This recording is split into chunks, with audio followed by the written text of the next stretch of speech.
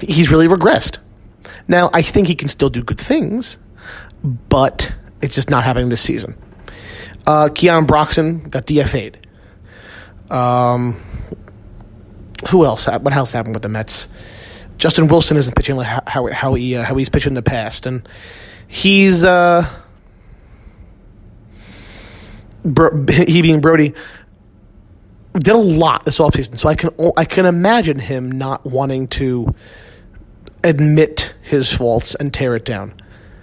But if the Mets and the Wilpons allow him and maybe tell him, you got it wrong, we need players for the future, tear it down, then maybe something changes.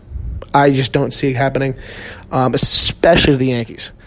Now, I could see Bumgarner going to the Twins or the Brewers, two teams who could desperately use him. The Twins, I did not think would get this far because their pitching is fairly weak.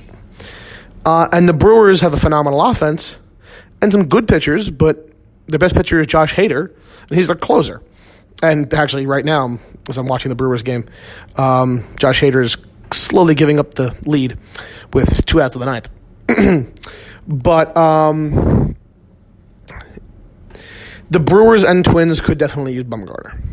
So, and I don't think either of those teams are on his no trade. They may be. I'm not sure. I'm not certain. But if you're given an opportunity to win, then I think no trade really doesn't really factor into much. I know I can remember a few times it's been invoked. Jonathan Lucroy didn't want to go to the Indians. Adam Jones didn't want to go, I think, to the Indians. But there have been a few times where it's been invoked. Giancarlo Stanton. But I mean, if you're given the chance to win, why not? So, you have some pitchers there who the Yankees could potentially go after, and I think they need one. Severino and Betances both started throwing. They were throwing in the outfield yesterday before the ball game, and now I know a lot about this game. I'm a student of it. I love this game, and I claim to know a lot about it. I could, if I bet everything I owned that I knew when Severino and Betances coming back, I would lose everything I had. I can't give you a guess. I can't give you a timetable. I can't give you a rough guesstimate because I thought that we'd have Severino in May, and I thought we'd have Betances sometime in May as well. Newsflash, if you can't tell time, it's July. The middle of July, toward the end of July. And we still don't have our ace and arguably our best pitcher out of the bullpen. And we have 60 wins. So go figure. But it's very important that they come back at some point.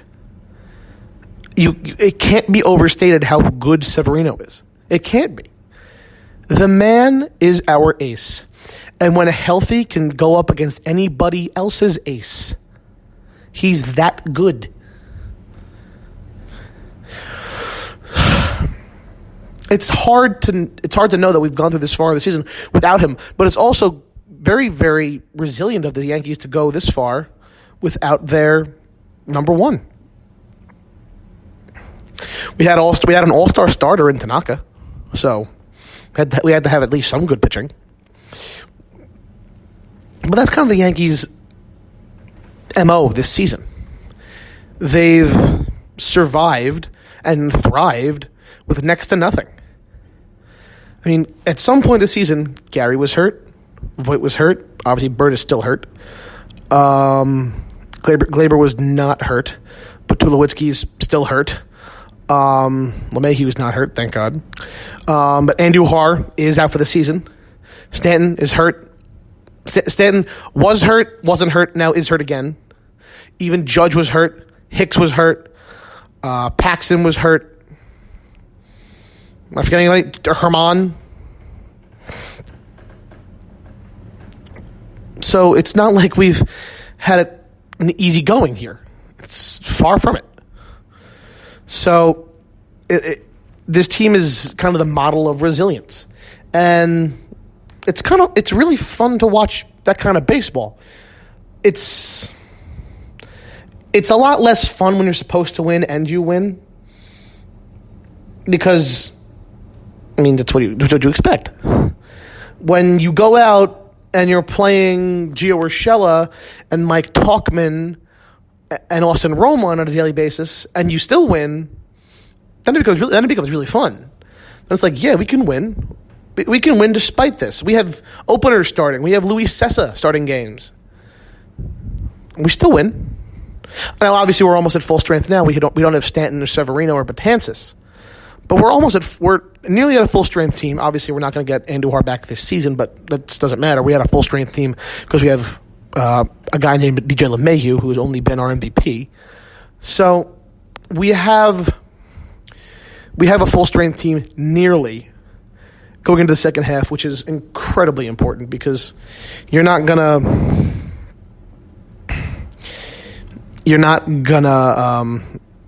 win for a full season with these guys, but it's important to win while you had them there. Now, on to the series with the Rays. Yeah, I have to talk about it. I have to mention it. First game against the Rays sucked. It sucked. I hated it.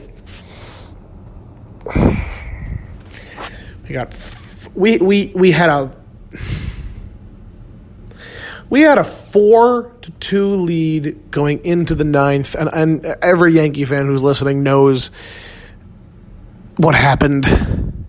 I watched it live. I sat on my couch, stormed out of my room. It was heartbreaking baseball. But when you're a fan, that's what happens sometimes. I mean, it was so big. Encarnacion had that home run in the eighth. Dramatic home run, give us a 4-2 lead.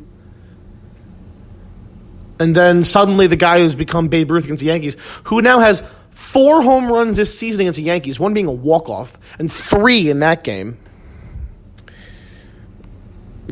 Travis d'Arnaud. Met fans are freaking out. Oh my God, the former Mets killing the Yankees. Yeah, I don't care.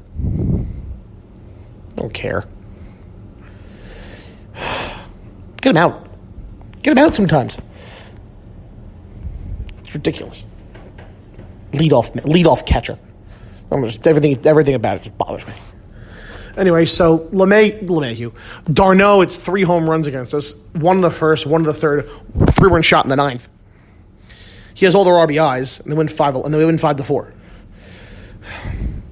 Now, if we were closer in the standings, if this was late in September, I'd be a lot more agitated. I'm agitated. I'm agitated as it is, and I think it's coming across. But I mean, and I know who would do this if it was facing him. I think he did it yesterday. CC would have brushed him back. He might have hit him. CC probably might have hit him in his last at-bat. Just because he didn't want to, not because he didn't want to face him, but just because what he did to us. Just make him feel uncomfortable. In this era of baseball where it's all home runs, and I mean, make a guy feel uncomfortable, and he won't swing that bat as hard. He will not come as close to the plate, and he will not have a comfortable at bat, as I say. I mean, you can have a comfortable at bat and not get a hit. Greg Maddux, one of the best pitchers of all time, was a comfortable 0 for 4 because, I mean, he was throwing 85 to 88 miles an hour, not breaking a pane of glass, but his movement was such where he'd get you out. And you're like, struck out. Cool. Good looking. It's not a crime to be caught looking by Greg Maddux. But then you got a guy like Nolan Ryan or Goose Gossage who throws 100 miles an hour, and that's an uncomfortable 0 for 4. With 100 miles an hour, you don't know where it's going. A wicked curveball. So, but again, brush a guy back. Let a guy know that you are on the mound, you're pitching. And with a guy like Chapman, it's hard because his control is such where he doesn't know where it's going all the time. And if he can't control his fastball, you're not going to brush him back with a slider. But he threw a slider and he hit it over the right field fence.